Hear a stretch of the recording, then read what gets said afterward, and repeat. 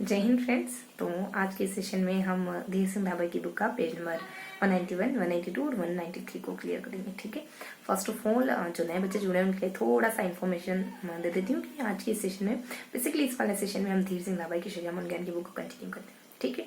और बातों ही बातों में कुछ कॉन्सेप्ट सीखने की और चीज़ों को याद करने की कोशिश करते हैं। तो आज ऐसे ही कुछ 3 कॉन्सेप्ट को अपन पढ़ने वाले हैं। आई 3 पेजेस को पढ़ेंगे जिसमें सिर्फ और सिर्फ 2 कॉन्सेप्चुअल चीजें आएंगी, है ना। 2 कॉन्सेप्ट हमको समझने होंगे। एक तो परिणामात्मक मूल्यांकन का प्रकार और गुणात्मक मूल्यांकन का प्रकार।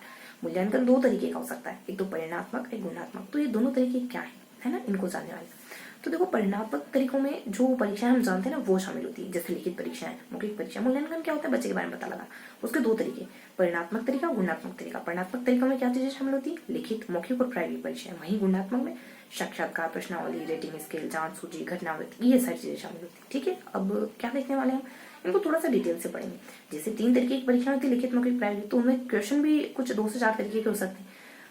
मेनली तो 2 तरीके के हो सकते हैं, या तो निबंधात्मक होंगे या वस्तुनिष्ठ होंगे। तो इन मेनली इन तीनों परीक्षाओं में इन्हीं 2 तरीके के क्वेश्चन पूछे जाते हैं। तो इन 2 तरीकों के क्वेश्चन को थोड़ा सा डिटेल से जानेंगे, है ना, कि इनके क्या गुण होते हैं, क्या दोष होते हैं, इन दोनों में क्या अंतर होता है। तो मेनली हम क्या पढ़ेंगे, निबंधात्मक और वस्तुनिष्ठ क्वेश्चन में अंतर। ठीक है।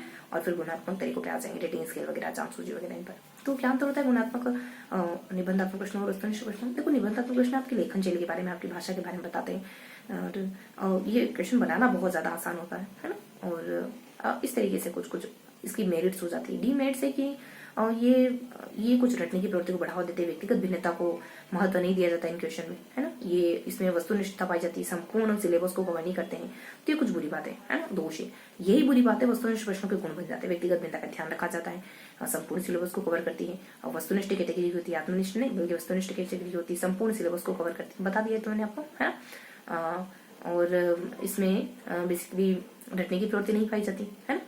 अब इसके गुण, इसके दोष क्या है वस्तुनिष्ठता के दोष है कि इसमें नकल बहुत ज्यादा होती है। और क्योंकि कहोगे, अगर आप कहीं दूर बैठे हुए हो, कहोगे कि तीसरे में दूसरा है, तीसरे में पहला है, तो बहुत ही आसानी से टिक करा जा सकता है। ठीक है।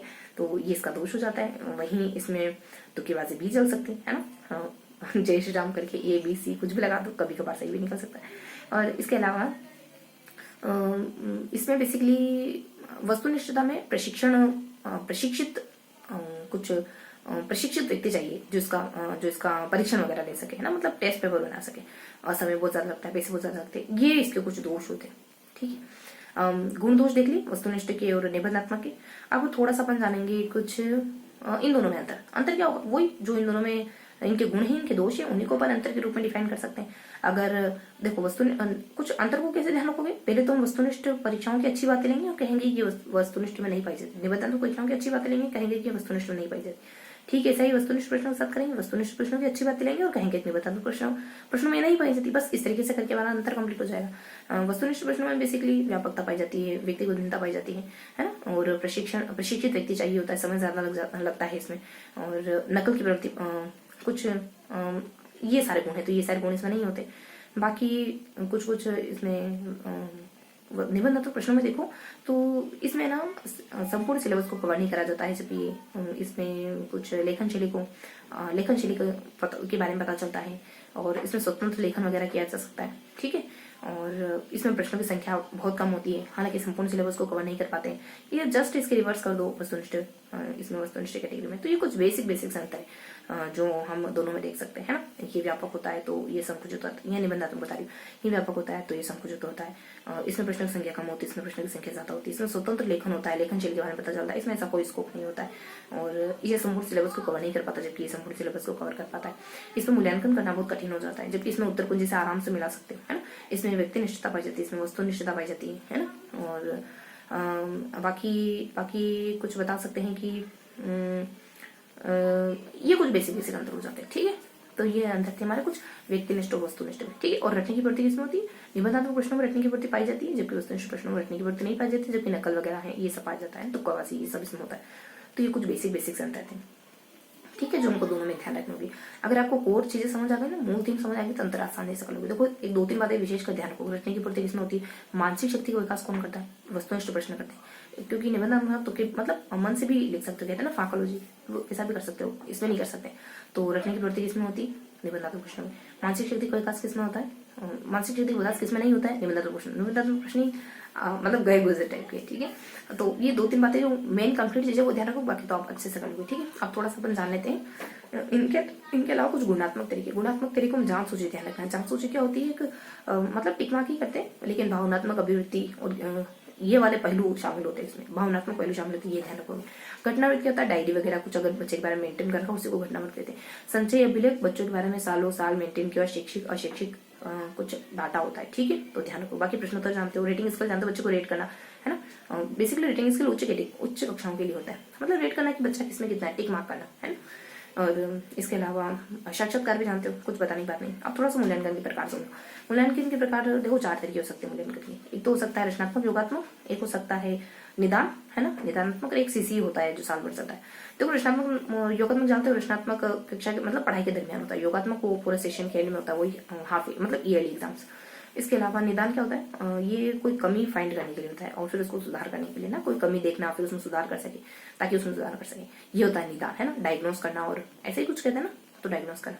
और इसके बाद एक सीसी होता है जो साल भर चलता है। ये 4 प्रकार ध्यान रखोगे, रचनात्मक, योगात्मक और एक सीसी जो हमेशा चलता रहता है ना, कंटिन्यूस चलता है, और एक निदान करके। तो ये 4 प्रकार ध्यान रखोगे, ठीक। तो इस तरीके से आज का पूरा सेशन हमारा फिनिश होता है। तो एक दो बार रिकॉर्ड कर लिया हमने, क्या पढ़ा? निबंधात्मक वस्तुनिष्ठ परीक्षाओं में क्या अंतर होता है, बस जैसे कि अपन करते हैं 5 बार रिकॉर्ड करते हैं, मोटा मोटा ही से, लेकिन हल्का हल्का 5 बार दोहराते हैं, है ना। तो हमने वस्तुनिष्ठ निबंधात्मक प्रश्नों में अंतर जाना, हमने सीसी के प्रकार जाने, मूल्यांकन के प्रकारों को जाना, और एक और बिंदु हमने कुछ अपनों ने